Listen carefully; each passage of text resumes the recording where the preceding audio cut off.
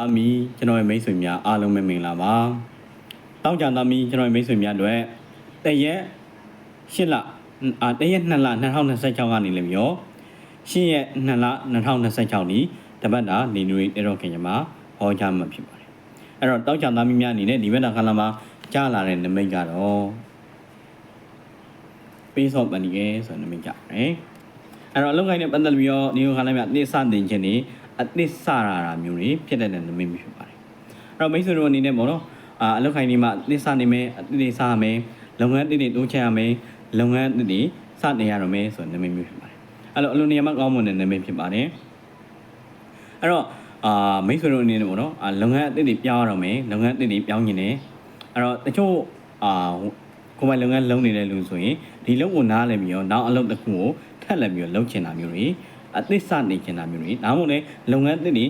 ထပ်ပြီးတော့တိုးချဲ့ချင်တာမျိုးတွေဖြစ်တဲ့ကာလဖြစ်ပါတယ်အဲ့တော့တိုးချဲ့ရင်ကောင်းလားမကောင်းလားဆိုရင်ကောင်းမွန်တဲ့နမိတ်ဖြစ်ပါတယ်အလုံးနေရာမှာကောင်းမွန်တဲ့နမိတ်ဖြစ်ပါတယ်အဲ့တော့ဝန်ထမ်းတွေဆိုရင်လည်းဒီလိုကာလမျိုးမှာ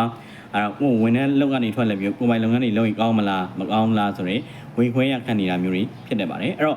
ကောင်းလားမကောင်းလားဆိုရင်ကောင်းမွန်ပါတယ်အလုံးနေရာမှာကောင်းမွန်ပါတယ်အဲ့တော့တခြားအလုပ်ကိုပြောင်းမယ်တခြားအလုပ်တစ်ခုကိုထပ်ပြီးပြောင်းမယ်ဆိုရင်လည်းကောင်းမွန်တဲ့နမိတ်တွေဖြစ်ပါတယ်အဲ့တော့အသစ်စတင်ခြင်းတွေပြောင်းလဲပြီးကြုံရမယ်ကာလမျိုးဖြစ်ပါတယ်ကဲနောက်ပြီးတော့ငွေချင်းနဲ့ပတ်သက်လို့ပြီးတော့ခွင်းအော့ဆော့ဆိုနမိတ်ကြပါတယ်အဲ့တော့ငွေချင်းမှာလည်းအလုံးနေရာမှာကောင်းမွန်တဲ့နမိတ်ဖြစ်ပါတယ်အဲ့တော့ငွေချင်းနဲ့ပတ်သက်ပြီးတော့မိတ်ဆွေတို့ကိုကျွန်တော်မဟောချခင်မှာကျွန်တော်မိတ်ဆွေတွေထဲမှာတောက်ကြသားမိတွေထဲမှာကျွန်တော်ဒီမှာဗေဒီမင်းမြန်းကျင်တဲ့လူတွေရှိမယ်အဲ့တော့ဗေဒီမင်းမြန်းကျင်တဲ့လူတွေရှိလို့ရှိရင်ကျွန်တော်ဒီမှာလာရောက်ပြီးတော့ဗေဒီမင်းမြန်းလို့ရပါတယ်ဇာတာနေစလို့ရပါတယ်တဲတော့နမိတ်တွေလာရောက်ပြီးတော့ဖတ်ကြားလို့ရပါတယ်လက္ခဏာတွေမင်းလို့ရပါတယ်အချင်းအိမ်တော်ရေးစီးပွားရေးလူမှုရေးအစရှိတဲ့အရာတွေအကုန်လုံးကျွန်တော်ဒီမှာလာရောက်ပြီးတော့ဗေဒီမင်းမြန်းလို့ရပါတယ်3ညဟိုး9ခုလင်း3ည3839ဆိုတဲ့ဖုန်းနံပါတ်မှာလာရောက်ပြီးတော့ဗေဒီမင်းမြန်းလို့ရပါတယ်ဘိုင်ဘာဖုန်းနံပါတ်မှာလာရောက်ပြီးတော့ဗေဒီမင်းမြန်းလို့ရပါတယ်ဖုန်းမဆက်ပါဘူးเนาะအဲ့တော့မိတ်ဆွေတို့အနေနဲ့ပေါ့နော်ငွေချင်းနဲ့ပတ်သက်ပြီးကိုယ်ရောက်ဆောင်တဲ့နမိတ်ကြပါတယ်အဲ့တော့ကိုယ်ရောက်ဆောင်တဲ့နမိတ်ကြတာပြင်တော့ငွေခံချင်းခံရတော့အလုံးနေရာမှာကောင်းမှုပါတယ်ဒီလိုဟာလာမျိုးမှာကိုယ့်အထက်လူကြီးတူဦးရဲ့အထက်လူကြီးတူဦးရဲ့ငွေချင်းရဲ့အထောက်ပံ့ကပေးတာမျိုးတွေကြောင်းရတတ်ပါတယ်အဲ့တော့အထက်လူကြီးတူဦးရဲ့ငွေချင်းရဲ့အထောက်ပံ့တွေရိုက်ချင်တာမျိုးတွေဖြစ်တဲ့ကာလမျိုးဖြစ်ပါတယ်အဲ့တော့အလုံးနေရာမှာကောင်းမွန်တဲ့နမိတ်ဖြစ်ပါတယ်အဲ့တော့မိသားစုဝင်နေထဲမှာလည်းမိသားစုဝင်နေကြောင်းလေကိုဝင်ခံလာရောက်ပြီးတော့ကောင်းမွန်နေတာမျိုးလည်းကြောင်းရတတ်ပါတယ်အဲ့တော့ဘာသာတရားကိုလုပ်နေတဲ့လူတွေရှိမယ်အဋိဌာမဏိတွေစိတ်နေတဲ့လူတွေရှိမယ်ဆိုရင်ငွေအတွက်အဋိဌာမဏိစိတ်နေတဲ့လူတွေရှိကြမယ်ပေါ့နော်အဲ့တော့မျိုးတွေဆိုရင်ဒီခါလာမျိုးမှာအိုဖြစ်ချင်တဲ့အရာတွေငွေနဲ့ကြီးနဲ့ပတ်သက်ပြီးတော့ဖြစ်တော့မဲ့နေမျိုးဖြစ်ပါတယ်အကျွေးတွေဒီခါလာမျိုးမှာဆက်နိုင်နိုင်မယ်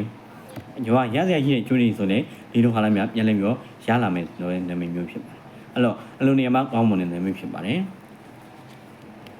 ကဲနောက်ပြီးတော့မိသားစုမျိုးသားချင်းနဲ့ပတ်သက်လို့မျိုးအိမ်ဆောင်ဆိုတဲ့နမိတ်ချပါတယ်အိမ်ဆောင်နမိတ်ချတာဖြစ်တဲ့မိသားစုမျိုးသားချင်းနဲ့ပတ်သက်ပြီးတော့မိသားစုကလည်းကောင်းပါတယ်မိသားစုမှာလှင်းလင်းမြဲမြဲတိုးတက်ခြင်းတွေကြောင်းရတော့မယ်နမိတ်မျိုးဖြစ်ပါတယ်မိသားစုနဲ့ပတ်သက်ပြီးတော့လှင်းလင်းမြဲမြဲအောင်မြင်ခြင်းတွေနမိတ်တွေဖြစ်ပါတယ်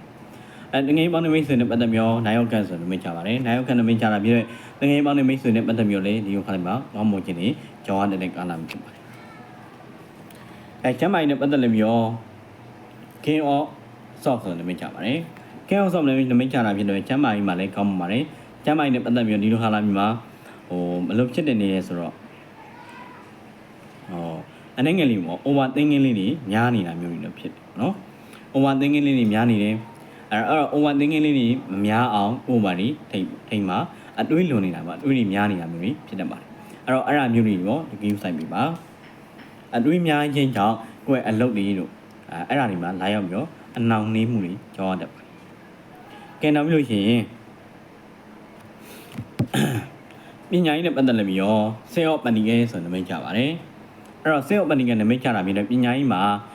ကိုရယုံနေမို့တခြားလူတွေပါကိုကပြန်လဲပြီးတော့ကူညီနိုင်မယ်ပြန်လဲပြီးတော့တခြားလူတွေဟိုပါကိုယ့်ရဲ့အကူအညီတွေကြောင့်တခြားလူတွေပါအဆင်ပြေလာမယ်ဆိုတဲ့နမိတ်ဖြစ်ပါတယ်အဲ့တော့ပညာရေးမှာလည်းအလုံးနေရာမှာကောင်းမွန်တဲ့နမိတ်ဖြစ်ပါတယ်ပညာရေးနဲ့ပတ်သက်ပြီးတော့ထူးထူးခြားခြားလေးတွေကန်ဆာကောင်းတွေကံကြမ္မာအောင်တွေကြုံရတော့မယ်နမိတ်မျိုးဖြစ်ပါတယ်အဲ့တော့ပညာရေးကလည်းကောင်းမှပါတယ်ဆောင်းမွေးဖြစ်မဲ့လူတွေဆိုရင်လည်းဂုံနူးတွေရနိုင်တယ်အဲ့တော့ဂုံနူးတော့မှ6ဘာသာဂုံနူးတွေကိုမျှော်မှန်းနိုင်တဲ့အခြေအနေမျိုးတွေကြုံရတဲ့ကာလမျိုးဖြစ်ပါတယ် အဲ့တော့ကိုချိုးစားထားတဲ့အရာတွေကအသိပွင့်နေရရှိလာတော့မယ်ဆိုတဲ့နာမည်မျိုးဖြစ်ပါတယ်အလိုနေရာမှာကောင်းမွန်တဲ့နာမည်ဖြစ်ပါတယ်အလိုနေရာမှာကောင်းမွန်ပါတယ်ပေါ့နော်အဲ့တော့စောလိုက်ရှိရှောက်နေတဲ့လူတွေနိုင်ချမ်းပညာတော်တွေရှောက်နေတဲ့လူတွေဆိုလည်းအဆင်ပြေတော့မယ်နာမည်မျိုးဖြစ်ပါတယ်အချင်းအိမ်တော်ကြီးနဲ့ပတ်သက်လို့ရောသူ့ဝတ်ပန်နေရဲဆိုတဲ့နာမည်ကြပါတယ်အဲ့တော့သူ့ဝတ်ပန်နေကနာမည်ချတာဖြစ်တော့အချင်းအိမ်တော်ကြီးနဲ့ပတ်သက်ပြီးတော့အချင်းအိမ်တော်ကြီးကလည်းကောင်းမွန်ပါတယ်အချင်းအိမ်တော်ကြီးနဲ့ပတ်သက်ပြီးတော့ဒီလိုခါလာမျိုးမှာတယောက်ပေါ်တယောက်အပေးယူနေမျှတနေတာမျိုးတွေတယောက်နဲ့တယောက်အဲ့လိုမျိုးတွေအချင်းအိမ်တော်ကြီးနဲ့ပတ်သက်ပြီးတော့ပေးယူမျှတခြင်းတွေပေါ့နော်တရားမတော်မြေတားလေးပြီးမယ်မြေတားမေးမြေတားပြန်ရတယ်ဆိုတဲ့နာမည်မျိုးတွေပေါ့နော်အဲ့တော့ကောင်းမွန်တဲ့နာမည်ဖြစ်ပါတယ်အဲ့တော့ချစ်သူကြီးစားငယ်ရွယ်သူတွေဆိုရင်မရှိနေတဲ့လူတွေဆိုရင်ဒီလိုခါလိုက်မှာချစ်သူကြီးစားအသက်ရတာမျိုးတွေအဲ့တော့နှစ်ယောက်တစ်ပြိုင်တည်းကိုလာရင်ပြောကြိုက်တာမျိုးတွေနှစ်ယောက်ပေါ့နော်နှစ်ယောက်ရဲ့လူနှစ်ယောက်ရဲ့ချင်းဆိုရမျိုးတွေခံရတာမျိုးတွေကြောင်းတဲ့ကာလမျိုးဖြစ်ပါတယ်အဲ့တော့ကောင်းလားဆိုရင်ကောင်းမွန်ပါတယ်ဒီလိုခါလိုက်မှာကံကောင်းစေတဲ့ခဏတွေကတော့6ခဏတို့3ညတို့ကံကောင်းစေတဲ့ခဏတွေဖြစ်ပါတယ်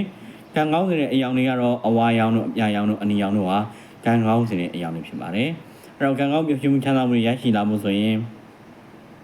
ဘာလုပ်ရမလဲဆိုတော့ကိုယ့်ထက်နွမ်းပါတဲ့လူတရားရောက်ကိုလှူဒန်းမိပါမယ်နော်လှူဒန်းမိပါဘာလှူဒန်းရမလဲဆိုတော့ငွေပဲလှူနိုင်အစားတောက်တွေပဲလှူနိုင်လှူဒန်းမိခြင်းအပြင်ကံကြမ္မာရဲ့အထောက်အပံ့ကောင်းတွေရရှိလာပါလိမ့်မယ်ကျွန်တော်ရဲ့